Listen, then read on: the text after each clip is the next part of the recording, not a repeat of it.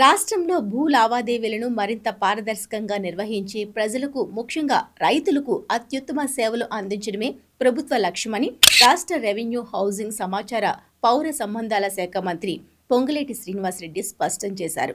మంగళవారం సచివాలయంలో ఉప ముఖ్యమంత్రి మల్లు భట్టి విక్రమార్క అధ్యక్షతన జరిగిన 2026-27 బడ్జెట్ సన్నాహక సమావేశంలో మంత్రి పాల్గొన్నారు.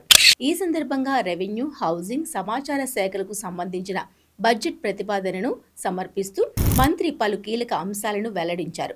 భూ సమస్యల పరిష్కారంలో జాప్యాన్ని నివారించడానికి revenue, stamp and registration, survey విభాగాలను ఒకే గొడుగు కిందకు తీసుకువస్తున్నట్లు మంత్రి తెలిపారు. ఇందుకోసం ఒక ప్రత్యేక పోర్టల్ను అందుబాటులోకి తీసుకురానున్నట్టు వివరించారు. పాత పద్ధతులకు స్వస్తి చెప్పి అత్యాధునిక రోవర్ పరికరాలతో భూములు సర్వే నిర్వహిస్తున్నట్టు మంత్రి ప్రకటించారు. ఇప్పటికే మండలానికి 1 చొప్పున 460 రోవర్లను కొనుగోలు చేశామని తెలిపారు. వచ్చే బడ్జెట్లో మరో 400 రోవర్ల కొనుగోలుకు ప్రతిపాదనలు సిద్ధం చేశామన్నారు.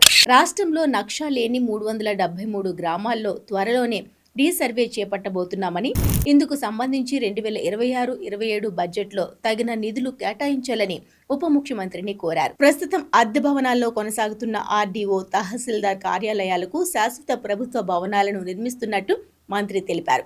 ప్రజా పరిపాలన సౌలభ్యం కోసం వీటికి అవసరమైన బడ్జెట్ కేటాయింపులు జరపాలని విజ్ఞప్తి చేశారు. సమావేశంలో రెవెన్యూ మరియు ఆర్థిక శాఖల ఉన్నతాధికారులు పాల్గొని శాఖల వారీగా నిధుల అవసరాలపై చర్చించారు.